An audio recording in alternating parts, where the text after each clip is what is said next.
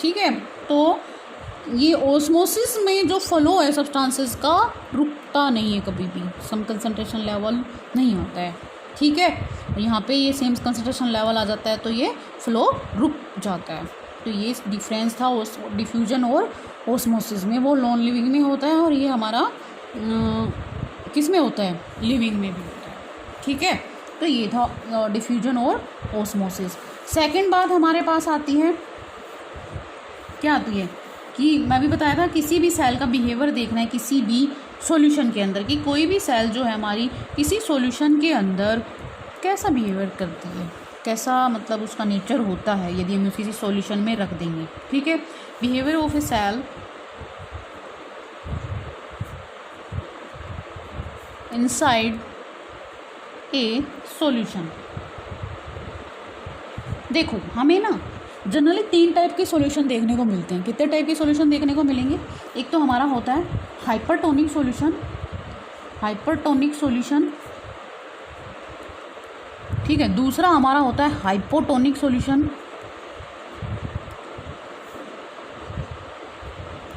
And third हमारा होता है आइसोटोनिक सॉल्यूशन, ठीक है। देखो सबसे पहला जो है हमारा हाइपरटोनिक, 3 टाइप के सॉल्यूशन मैंने बताए, hyper, hypo and iso. Hyper सबसे पहले देखेंगे हम हाइपरटोनिक सॉल्यूशन। हाइपरटोनिक सॉल्यूशन जो होता है ना, उसमें देखो हाइपर का मतलब होता है हाई, हाइपर का मतलब क्या होता है भाई, हाई होता है। तो इसमें जो भी कंसंट्रेशन है ना सब्सटेंसेस की वो क्या होगी, हाई होगी। मतलब कोई भी सेल यदि इस सॉल्यूशन के अंदर हम रखेंगे तो ठीक है, सेल के अंदर की साइड तो वाटर की कंसंट्रेशन क्या रहेगी, हाई रहेगी। बट ये जो सॉल्यूशन है इसके अंदर जो पानी की जो कंसंट्रेशन है वो क्या रहेगी, कम रहेगी, मतलब लो रहेगी। अदर्स क्योंकि एक सॉल्यूशन बनता है सोल्यूट प्लस सोलवेंट, सोलवेंट वो होता है जो ज़्यादा, मान लो सोलवेंट वाटर का काम, वाटर सोलवेंट का काम कर रहा है, ठीक है। तो यहाँ पे जो है ना वाटर की कंसंट्रेशन क्या होगी, आउटसाइड द सेल वाटर की कंसंट्रेशन कम रहेगी और इनसाइड द सेल वाटर की कंसंट्रेशन क्या रहेगी, ज़्यादा। मतलब इनसाइड द सेल ये कह सकते हैं डाइल्यूट कंडीशन प्रेजेंट रहेगी और बाहर कौन सी कंडीशन प्रेजेंट रहेगी, कंसंट्रेटेड। कंसंट्रेटेड का मतलब पानी कम रहेगा। तो होगा क्या कि जो मोमेंट है पानी का वो कैसे हो जाएगा, हाई टू लो। बाहर का सेल के अंदर का पानी बाहर की तरफ फ्लो कर जाएगा, ठीक है। और जैसे सेल का अंदर का पानी बाहर की तरफ फ्लो करेगा तो हमारी सेल कैसे हो जाएगी, श्रिंक हो जाएगी ऐसे, ठीक है। तो ये बिहेवियर है किसी भी सेल का। यदि हम उसको कहाँ रख देते हैं, हाइपरटोनिक सॉल्यूशन में, तो सेल्स हमारी कैसी हो जाएगी भाई, श्रिंक हो जाएगी, ठीक है। ये क्वेश्चन आता है हाइपरटोनिक सॉल्यूशन का डेफिनेशन यही हो जाएगी कि भाई इसमें जो पानी की कंसंट्रेशन है outside the cell is low but the concentration of water inside the cell is high, then the net moment of water from high to low, from cell to outside the solution, ठीक है। ये definition मैंने आपको notes में already लिखवा रखी है। Next हमारे पास आता है दूसरा जो सॉल्यूशन आता है वो आता है हाइपोटोनिक सॉल्यूशन। हाइपो का मतलब होता है लो।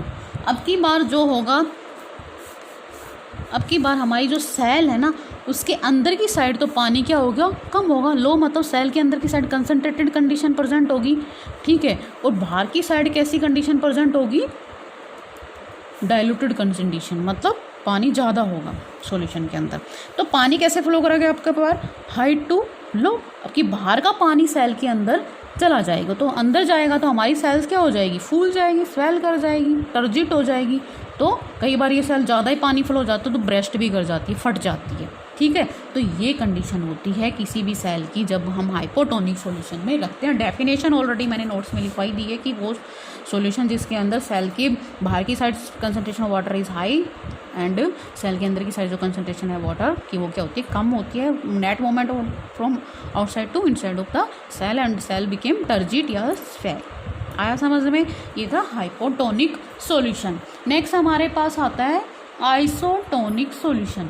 आइसोटोनिक सॉल्यूशन का मतलब होता है जब इसमें आइसो का मतलब होता है सेम, आइसो का मतलब सेम, हाइपो का मतलब लो एंड हाइपर का मतलब मैंने बताया था कि हाई। ठीक है, अब की बार जो कंसंट्रेशन है सॉल्यूशन में या सेल के अंदर जो पानी की जो वाटर की कंसंट्रेशन रहेगी दोनों की क्या रहेगी, सेम रहेगी।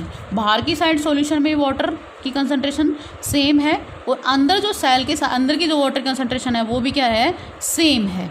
तो net moment of water is 0।